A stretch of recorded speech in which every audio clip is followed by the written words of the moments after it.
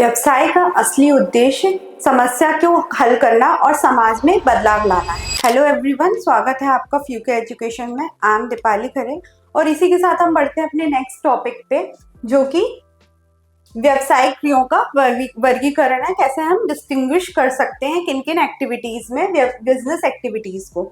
तो चलिए देखते हैं। सबसे पहला है उद्योग। ठीक है, तो उद्योग में हम देखते हैं उद्योग से अभिप्राय उन आर्थिक क्रियाओं से है। क्या है ये? आर्थिक क्रिया हमने इसको माना। ठीक है, लेन देन की जितनी भी पैसों से जुड़ी एक्टिविटीज कर रहे हैं वो आर्थिक क्रियाओं में आती हैं, जिनका संबंध संस्थानों को उपयोगी वस्तुओं में परिवर्तित करना है। ठीक है, जो रिसोर्सेज हैं उसको हम क्या कर रहे हैं, मैक्सिमम कॉस्ट पे उसको ज्यादा से ज्यादा उपयोगी बनाने की कोशिश करते हैं।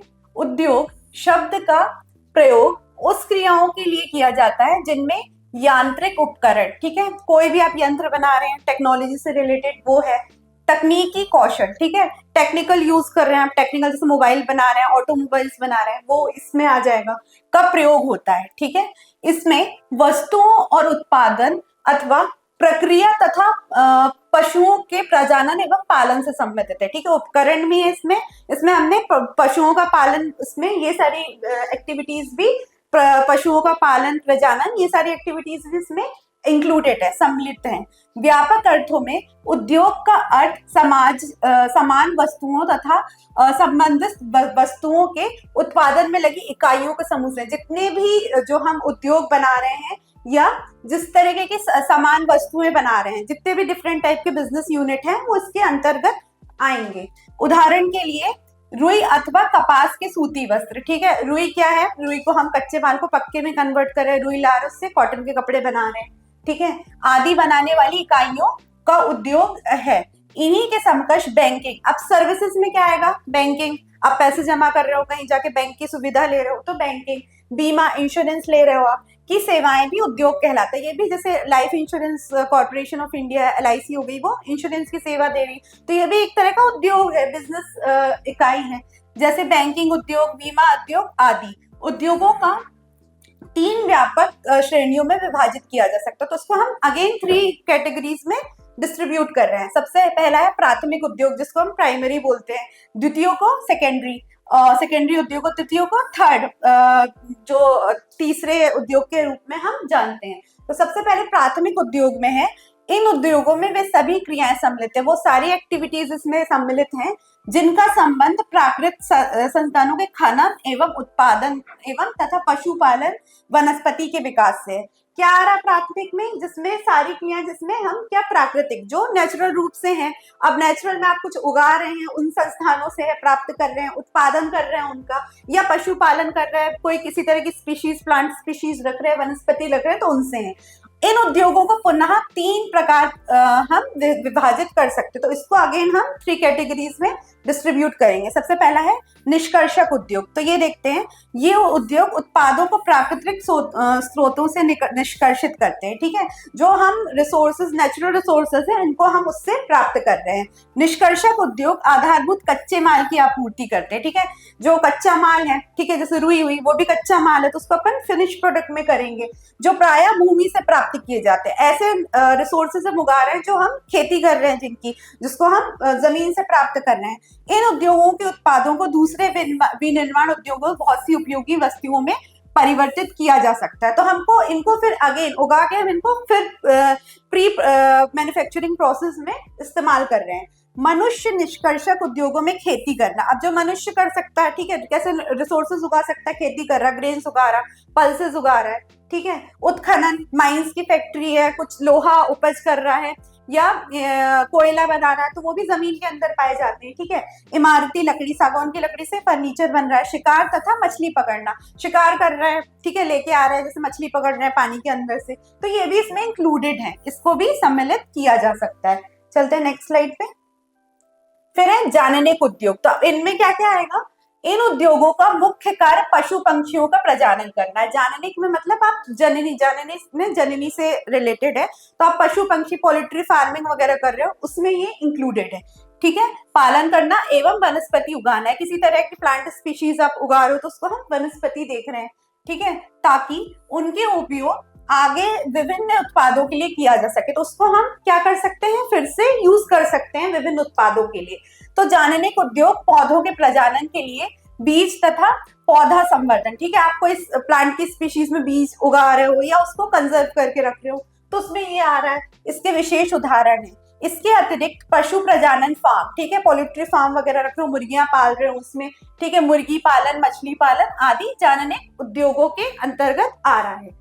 फिर है द्वितीय या माध्यमिक उद्योग, तो ये दूसरे तरह के जिसको हम बोलते हैं मीडियम तरीके के हैं। तो इसमें इन उद्योगों में खनन उद्योग द्वारा निष्कर्षित माल को कच्चे माल के रूप में प्रयोग किया जाता है, ठीक है। यहाँ जो है खनन जैसे लोहा हो गया, कोयला हो गया, तो उसको आप क्या कर रहे हो, मशीनों में डाल रहे हो कोयला वगैरह, है ना, हीट जनरेट करने के लिए। तो हम क्या है, कच्चे माल का यहाँ पे प्रयोग कर रहे हैं।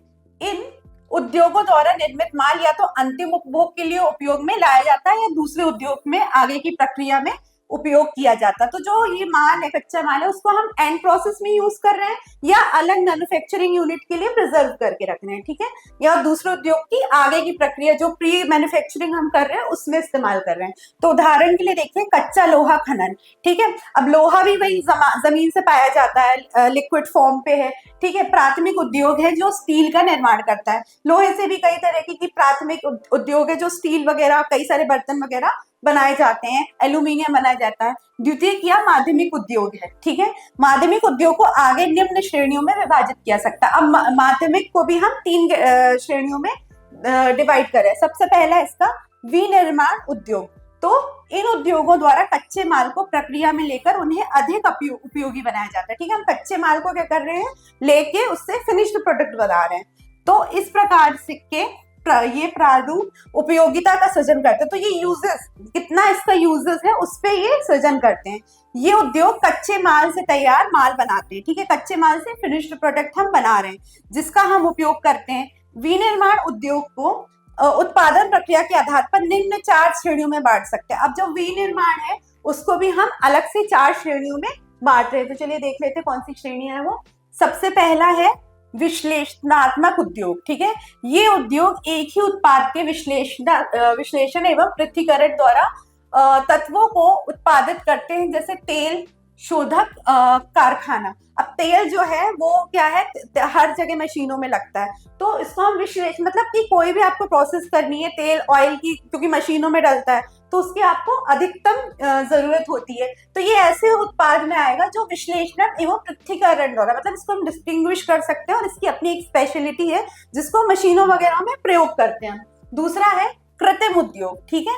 तो कृत्रिम उद्योग में ये उद्योग विभिन्न संगठकों को इकट्ठित करके प्रक्रिया द्वारा नए उत्पाद का रूप देते हैं, ठीक है। तो कई तरह के जो हम यूनिट्स हैं उनको कंबाइन करके एक प्रक्रिया द्वारा नए उत्पाद, न्यू प्रोडक्ट बना रहे हैं। जैसे सीमेंट उद्योग, सीमेंट भी क्या है, कच्चे माल के घर बनाने में काम आता है, बहुत सारी चीजों में यूज होता है, तो कई सारे यूनिट को जोड़ने का ये काम करता है। तीसरा इसमें प्रक्रियाई या प्राथमिक उद्योग, ठीक है। तो ये उद्योग जो पक्के माल के निर्माण के लिए विभिन्न क्रमिक चरणों से गुजरते, उदाहरण चीनी तथा अन्य उद्योग, ठीक है। तो चीनी का क्या है, सबसे पहले शुगर केन लेते हैं, गन्ना होता है, उसको कई सारे वो मैन्युफैक्चरिंग यूनिट से बनाता है, तब हमको फिनिश्ड रूप में एक चीनी जो क्यूब के रूप में होती है वो प्राप्त होती है। तो क्या, वो गन्ने का रस होता है, उसको पकाया जाता है एक टेम्परेचर पे, तब हमको चीनी प्राप्त होती है।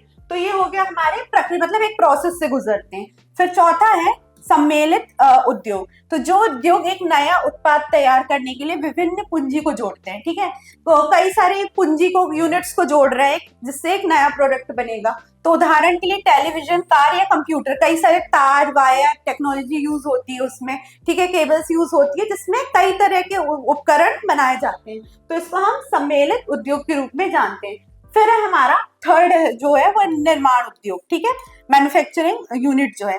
ऐसे उद्योग भवन, बांध, पुल, सड़क, सुरंग तथा नहरें जैसे निर्माण में संलग्न रहते हैं, ठीक है।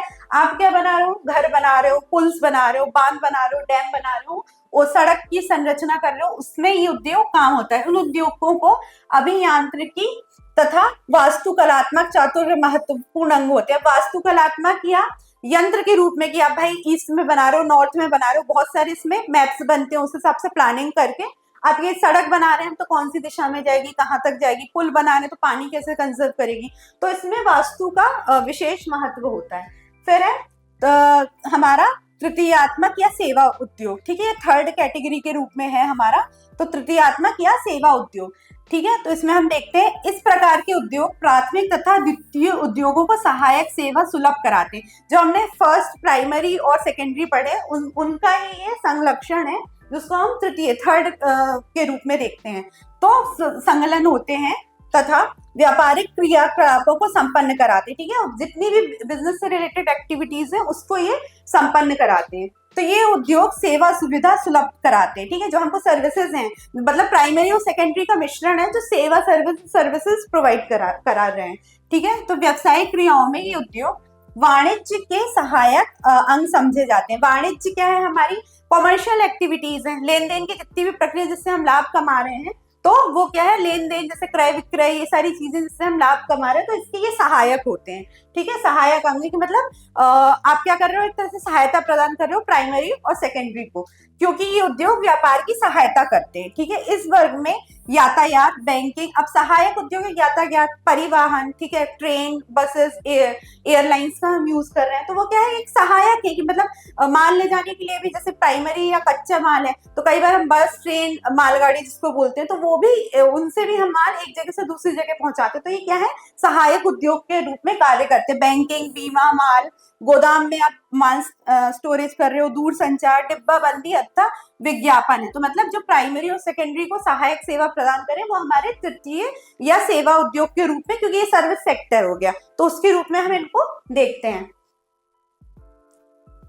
तो ये है एक मेक इन इंडिया में, इसमें विभिन्न तरह के उत्पाद 25 श्रेणियों पर इन्होंने ध्यान केंद्रित किया है। जैसे देशीय और बहुदेशीय कंपनी, मतलब नेशनल और इंटरनेशनल जो कंपनीज हैं उसमें निर्माण कार्य में प्रोत्साहित करते हैं, तथा भारत सरकार द्वारा 25 सितंबर 2000 मेक इन इंडिया का कब हुआ, 25 सितंबर 2014 को मेक इन इंडिया का पहल की गई थी, ये स्टार्ट की गई थी। तो मेक इन इंडिया पहल के मुख्य उद्देश्यों में अर्थव्यवस्था के 25 जो इकोनॉमी है उसके हमने 25 क्षेत्र लिए थे, ठीक है, जो रोजगार सृजन और कौशल, मतलब आपकी कैपेसिटी और एक तरह का एम्प्लॉयमेंट प्रोवाइड कर रहे हैं। तो कौन से सेक्टर्स हैं वो 25, ऑटोमोबाइल्स हो गया, ऑटोमोबाइल, कल पुर्जे, विमानन, जैव प्रौद्योगिकी, रायसन, विनिर्माण, रक्षा, विद्युत मशीनरी, इलेक्ट्रॉनिक तंत्र, खाक, ठीक है, सूचना प्रौद्योगिकी, मीडिया, खनन, तेल गैस, औषधि, बंदरगाह, रेलवे, ठीक है, नवीनीकरण ऊर्जा, सड़क एवं राजमार्ग, अंतरिक्ष एवं खगोल विज्ञान, इसमें यूनिवर्स भी किया हमने, वस्त्र जो हम क्लोथ्स वगैरह हैं, ठीक है, तापीय शक्ति, पर्यटन, इसमें टूरिज्म भी है, कल्याण मतलब कल्याण सेवा सेक्टर, चमड़ा उत्पाद, लेदर से। तो ये मेक इन इंडिया पॉलिसी के तहत सरकार ने जो लॉन्च की थी 14 सितंबर 2014 में, उसके तहत ये 25 क्षेत्र इसमें इंक्लूड किए गए थे, ठीक है। चलते हैं नेक्स्ट स्लाइड पे। अब है हमारा वाणिज्य, दूसरा जो हमने कैटेगराइज किया है कि कितनी होती है बिजनेस एक्टिविटीज, तो दूसरा इसमें वाणिज्य है। तो वाणिज्य में 2 प्रकार की क्रियाएं सम्मिलित है, ठीक है, सबसे 2 एक्टिविटीज हैं इसमें। पहली ये जो माल की बिक्री अथवा विनिमय के लिए जानी जाती है, हम माल बेच रहे हैं, उसमें कुछ सरकार के नियम कानून लागू है, तो ये वाणिज्य के रूप में हम देख रहे हैं, और उन्हें व्यापार कहते हैं। दूसरी, वे विभिन्न सेवाओं जो व्यापार में सहायक होती हैं, जो मतलब व्यापार में सहायक मतलब सर्विस सेक्टर हो गया, जो व्यापार को सहायता प्रदान कर रही है, इन्हें सेवाओं तथा व्यापार सहायक क्रियाएं, व्यापार सहायक क्रियाओं के रूप में हम जानते हैं, जिनमें परिवहन, बैंक, बीमा, दूरसंचार, विज्ञापन, पैकेजिंग एवं गोदाम व्यवस्था है, ठीक है। हम बैंकिंग सेक्टर, इंश्योरेंस सेक्टर, ये क्या है, जो उद्योग है उनको सहायता दे रही है, सर्विसेज प्रोवाइड कर रही है, तो इसलिए सर्विस यूनिट होती है, आदि सम्मिलित होती है। वाणिज्य उत्पादन और उपभोक्ता के बीच में आवश्यक कड़ी का काम करता है, ठीक है। जो मैन्युफैक्चरर है और जो कंज्यूमर है उनके बीच में कड़ी का काम कर रहा है कौन? वाणिज्य। लेन देन की जितनी भी क्रियाएं हैं उससे रिलेटेड होती है। इनमें वे सभी क्रियाएं सम्मिलित होती हैं जो वस्तुओं एवं सेवाओं के अबाध प्रवाह मतलब फ्री फ्लो ऑफ सर्विसेज को जो दर्शाती हैं, बनाए रखने के लिए आवश्यक होती हैं। ठीक है, अतः वाणिज्य को इस प्रकार से परिभाषित किया जा सकता है कि ये वे क्रियाएं हैं जो विनिमय में आने वाली बाधाओं को दूर करती हैं। ठीक है, जो फ्री फ्लो ऑफ सर्विसेज है, रूल्स रेगुलेशन है, उसको सुचारू रूप से लागू कर रही है, तो वो हमारा वाणिज्य है। विनिमय संबंधी बाधा को व्यापार दूर करता है जो वस्तुओं को उत्पादन से लेकर उपभोग तक पहुंचाती है। तो जो विनिमय संबंधित जितनी भी सर्विसेज हैं, व्यापार जो जितनी भी बाधाएं आ रही हैं उनको वाणिज्य दूर करता है। तो उत्पादक से लेके फ्री फ्लो ऑफ सर्विसेज में जब माल बना और वो आसान तरीके से जो हमारा कंज्यूमर है उस तक पहुंच जाए, तो ये सारी एक्टिविटीज इसमें इंक्लूडेड है। परिवहन स्थान संबंधी बाधा को दूर करता है। ठीक है, परिवहन अगर हमारा क्या है, सर्विस सेक्टर है, आसानी से हम माल ले जा सकते हैं और एक जगह से दूसरी जगह पहुंचा सकते हैं। जो वस्तुओं को उत्पादन स्थल से मतलब जो मैन्युफैक्चरिंग प्लेस है उससे डिस्ट्रीब्यूशन प्लेस तक पहुंचाता है। बिक्री स्थल मतलब जहां वो सामान बिकेगा। संग्रहण एवं भंडारण, आप माल कहाँ स्टोर करोगे?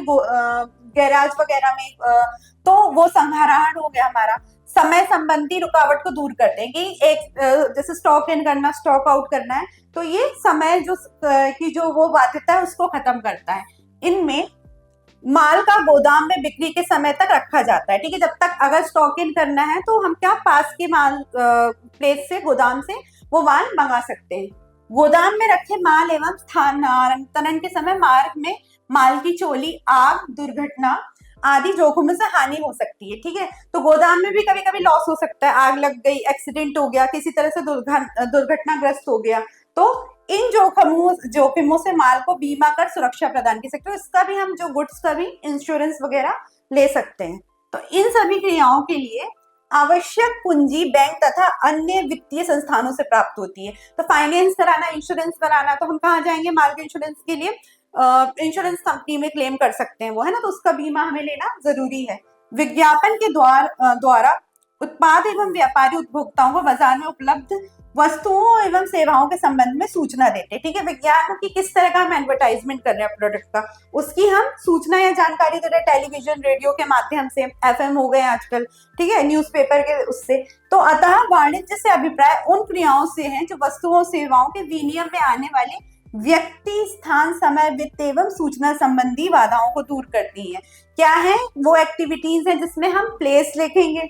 सबसे पहले क्या देखेंगे? व्यक्ति, पर्सन, ये हो गया हमारा पर्सन, ये हो गया हमारा प्लेस, और ये है समय, टाइम, ये हमारा फाइनेंस, जहां भी हम फाइनेंस कर रहे हैं। सूचना, इंफॉर्मेशन से संबंधित जितनी भी बाधाएं या बैरियर्स उनको दूर कर रही है, वो सारी एक्टिविटीज कहाँ आ रही है? वाणिज्य में आ रही है। चलते हैं नेक्स्ट स्लाइड में। अब है हमारा व्यापार, जो तीसरी कैटेगरी में हमने व्यावसायिक क्रियाओं को जो किया है वर्गीकृत, वो है तीसरे रूप में व्यापार। तो व्यापार वाणिज्य का अनिवार्य अंग है। अभी हमने वाणिज्य देखा, उसी का एक इंपॉर्टेंट पार्ट है व्यापार। तो इसका अर्थ है बिक्री, हस्तांतरण तथा विनिमय से है। ठीक है, हम क्या कर रहे हैं? इसमें सेल कर रहे हैं, एक जगह से दूसरी जगह माल पहुंचा रहे हैं और कुछ रूल्स रेगुलेशंस फॉलो कर रहे हैं। तो यह उत्पादित वस्तुओं को अंतिम उपभोक्ताओं को उपलब्ध कराता है। ठीक है, जो हमने मैन्युफैक्चरिंग प्रोसेस से प्रोडक्ट बनाया वो एंड कस्टमर तक हम इसमें पहुंचाते हैं। आज के युग में वस्तुओं का उत्पादन वृहद पैमाने पर किया जाता है, लेकिन उत्पादकों के लिए अपनी वस्तुओं की बिक्री प्रत्येक उपभोक्ता को अलग अलग कर पाना दुष्कर है। तो क्या है, जो मैन्युफैक्चरिंग प्लेस होती है उसमें कई तरह के बिजनेस यूनिट अलग अलग प्रोडक्ट बनाते हैं, लेकिन कस्टमर हमसे बहुत दूर बैठा है, तो उन तक पहुंचाने के लिए हमें क्या होता है? अलग अलग जगह उन्हें पहुंचाना होता है। तो इसके लिए हमने व्यापारी मध्यस्थ के रूप में व्यावसायिक क्रियाएं तथा विभिन्न उत्पादों को उपभोक्ताओं तक वस्तुओं उपलब्ध कराते हैं। तो इसके लिए हमने एक मीडिएटर रखा है। मीडिएटर मतलब मध्यस्थ वो पर्सन है जो दोनों के बीच में कड़ी का रूप में काम करता है।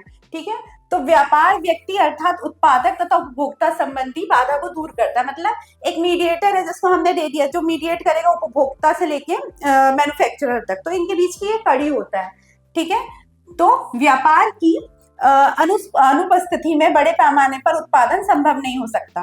ठीक है, अगर कुछ एब्सेंस है व्यापार में, कुछ एलिमेंट एब्सेंस है, तो उसमें बड़े पैमाने में आप जो यूनिट है वो एक्सपेंड कर ही नहीं सकते। तो व्यापार के दो वर्गों में विभाजित किया जा सकता है। व्यापार को भी हम अलग 2 कैटेगरीज में डिस्टिंग्विश कर सकते हैं, आंतरिक और ब्राह्मणिक। ठीक है, आंतरिक मतलब इंटरनल और ब्राह्मणिक मतलब एक्सटर्नल।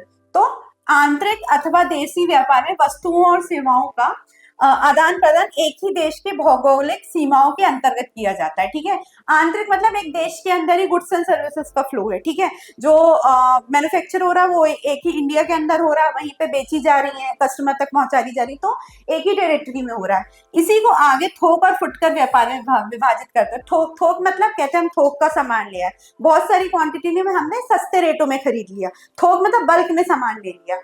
और थोक और उनको जाके फुटकर विक्रेता कौन है, जो वो स्ट्रीट्स में बैठे रहते, स्ट्रीट मार्केटिंग जिनको हम बोलते हैं, तो उसमें हमने कर सकते हैं। जब वस्तुओं का क्रय विक्रय भारी मात्रा में किया जाता है, क्या कर रहे हैं हम, जब भारी मात्रा में मतलब बहुत लंबी ह्यूज क्वांटिटी में वो माल खरीद रहे हैं, तो उसे थोक व्यापार तथा वस्तुओं का क्रय विक्रय अपेक्षाकृत कम मात्रा में किया जाता है। बहुत हैवी क्वांटिटी में, जैसे हमने कपड़े लिए, कॉटन के कपड़े, समर का सीजन है, तो हमने उसको हैवी क्वांटिटी में ले लिया, तो उसकी जो प्राइस है वो कम मात्रा में मिल जाएगी, क्योंकि हम क्वांटिटी ज्यादा ले रहे हैं, तो क्या है, उसका प्राइस कम हो जाएगा। तो उसे फुटकर व्यापार कहते हैं। ठीक है, ब्रह्मांड एवं विदेशी व्यापार में वस्तुओं सेवाओं का आदान प्रदान दो या दो से अधिक देशों के व्यक्तियों एवं संगठनों के मध्य से किया। अब ब्राह्मणिक मतलब एक्सटर्नल, मतलब आप जिसमें एक्सपोर्ट इंपोर्ट कर रहे हो, दो देशों के बीच में हो सकता है, दो ऑर्गेनाइजेशन के बीच में हो सकता है कि एक देश की सेवाएं और सर्विसेज दूसरे देश में जा रही हैं एक्सपोर्ट इंपोर्ट के जरिए। ठीक है, जैसे यहाँ से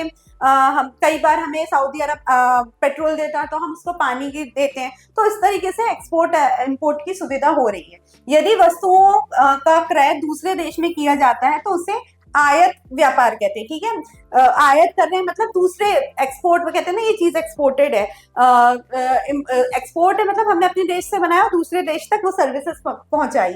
तथा जब वस्तुओं का विक्रय दूसरे देशों को किया जाता है तो उसे निर्यात कहते हैं। तो यही है कि जब हम क्या है, वस्तुओं का विक्रय दूसरे देशों को कर रहे हैं, अपने यहाँ से करके कर रहे हैं तो एक्सपोर्ट कर रहे हैं, और चीजें अगर बाहर से मंगा रहे हैं तो उसको इंपोर्ट बोल रहे हैं, बोले ये चीज इंपोर्टेड है। ठीक है, फ्रांस से मंगाया हमने ये फर्नीचर या ये पेंटिंग, तो उसको क्या बोलते हैं, इंपोर्टेड है चीज, मतलब दूसरी टेरिटरी से आ रही है। और जब हम अपने देश से बना के वो चीज सुविधा दूसरे देश में दे रहे हैं तो वो इंपोर्टेड हो जाएगी। ठीक है, तब वस्तुओं का आयात किसी अन्य देश को निर्यात करने के लिए किया जाता है, उसे पूर्ण निर्यात या आयात निर्यात व्यापार कहते हैं। तो इसी को हम क्या बोलते हैं, एक्सपोर्ट और इंपोर्ट, एक्सपोर्ट एंड इंपोर्ट। ठीक है, दो आयात निर्यात वही है कि हम चीजें बाहर से मंगा रहे हैं तो वो क्या है, इंपोर्ट है, और देश से बना के दूसरे देश में सुविधाएं दे रहे हैं तो वो एक्सपोर्ट है। तो ये था हमारा व्यापार। यहाँ से हमारी 3 कैटेगरीज एंड हो रही हैं। तो ये था हमारा आज का टॉपिक।